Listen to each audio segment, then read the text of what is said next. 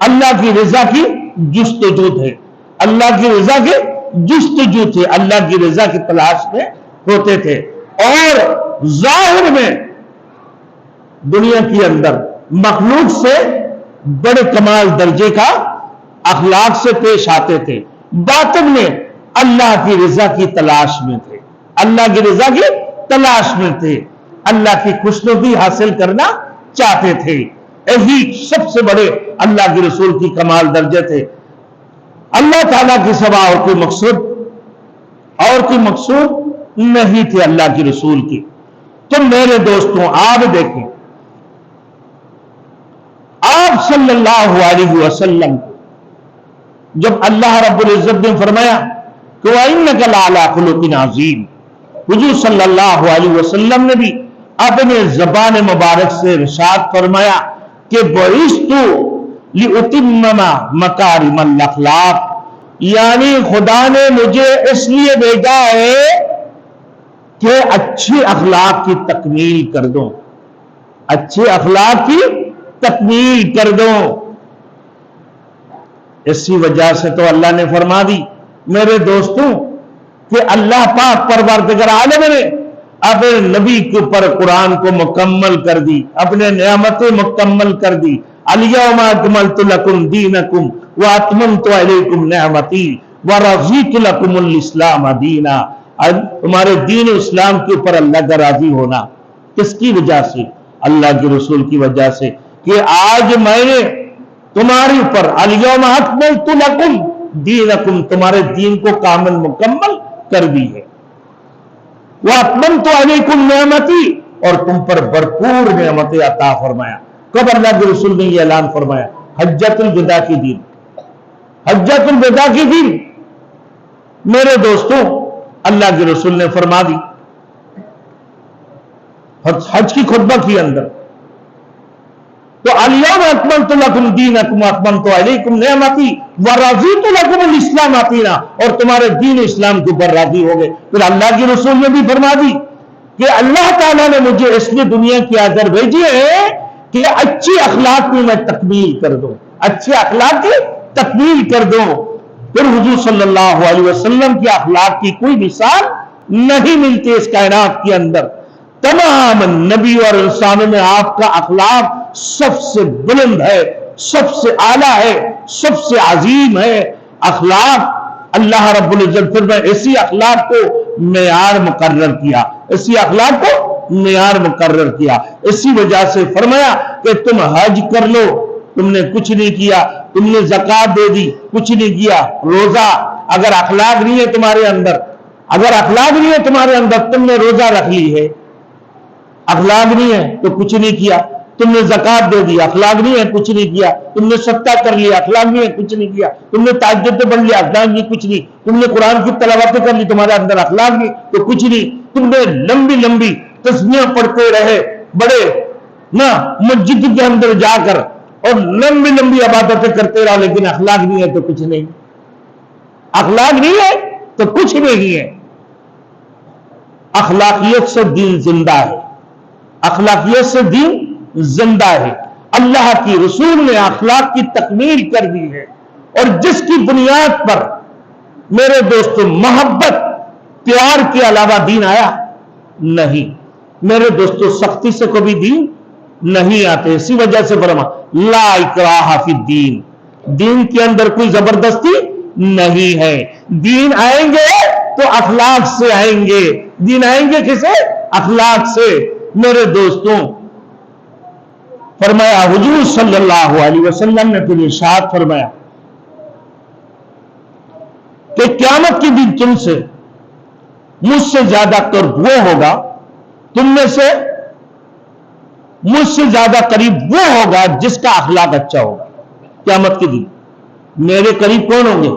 وہ شخص جن کی اخلاق اچھا ہوگا، جن کی اخلاق نہیں وہ اللہ کے رسول کی قرب حاصل کر نہیں۔ فرمایا کہ جنت میں بھی وہ لوگ کثیر کے عدد میں جائیں گے جن کی اخلاق اچھے ہوں گے۔ عبادت کر کے جنت میں جا سکتے ہو، صدقہ کر کے جنت میں جا سکتے ہو، اللہ کے رسول نے فرما دیے بھائی عبادت قبول ہونا نہ ہونا اللہ کے ہاتھ میں، اور جنت میں جاؤ گے اللہ کی رحمت سے جاؤ گے، جنت میں جاؤ گے تو اللہ کی رحمت سے جاؤ گے۔ کوئی یہ نہیں کہہ سکتا کہ میں عبادت کر کے جنت میں چلے جاؤں، روزہ رکھ کے جنت میں چلے جاؤں، بھائی دین کی کام کر کے جنت میں چلے جاؤں، قرآن کی تلاوت کر کے یا ذکر کر کے جنت میں چلے جاؤ، نہیں۔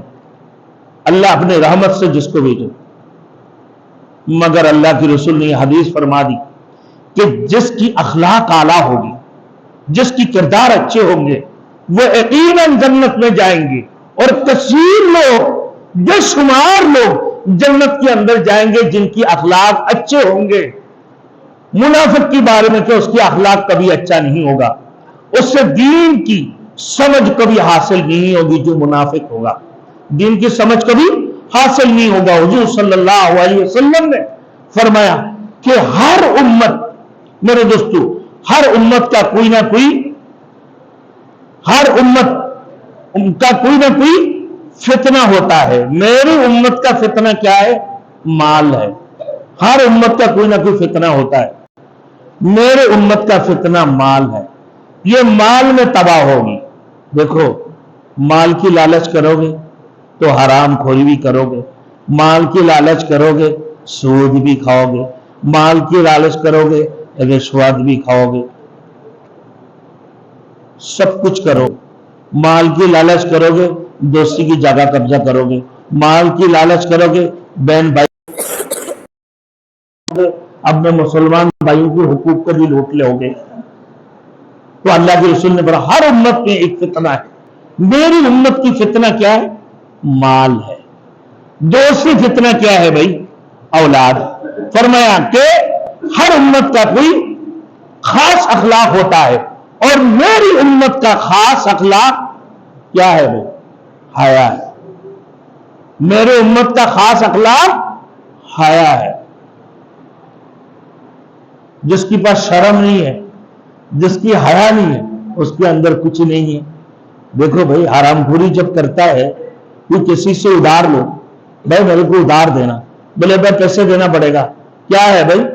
وہ سود ہے۔ اس کی حیا ختم ہو گئی نا۔ ارے اس کی حیا ہوگی تو وہ شرمائے گا نا نہیں۔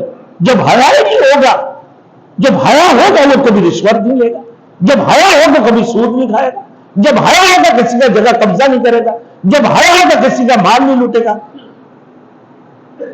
جب حیا ہوگا کسی کی دولت نہیں لوٹے گا۔ یہ سارے حیا کی بنیاد پر ہے۔ تو اللہ کے رسول نے فرمایا کہ ہر امت کی فتنہ ہے، میری امت کی فتنہ کیا ہے؟ مال ہے۔ اور پھر فرمایا ہر امت کے لیے ایک اخلاق ہے، میری امت کی اخلاق حیا ہے۔ میرے امت کی اخلاق حیا ہے۔ حیا نہیں ہے تو کچھ نہیں ہے میرے دوستوں۔ جب تک ان کے اندر حیا موجود رہے گی یہ بالکل ٹھیک رہے گی۔ جب حیا کا، میرے دوستوں، جب حیا کا خلق ضائع ہو گیا تو خرابی آ جائے گی، بے حیائی پیدا ہو جائے گی۔ میرے دوستوں دیکھ رہے ہو نا حیا کے اوپر، ارے بھائی عورتوں کی کپڑے دن بدن چھوٹے ہوتے جا رہے، دن بدن چھوٹے ہوتے جا رہے۔ آپ یقین مانو، منبر رسول کی قسم کھا کے بولو، میرے دوستوں کتنے ہی کپڑے مارکیٹ میں جاؤ خریدنے کہ بھائی لمبے کتنی ہیں، بولے صحیح ہے شلوار بنیں گے، بولے صحیح ہے دوپٹہ بن رہا ہے، بولے صحیح ہے۔ جب گھر میں لے کر آئے دوپٹہ بھی چھوٹے ہیں، شلوار بھی چھوٹے ہیں، قمیض بھی چھوٹے ہیں۔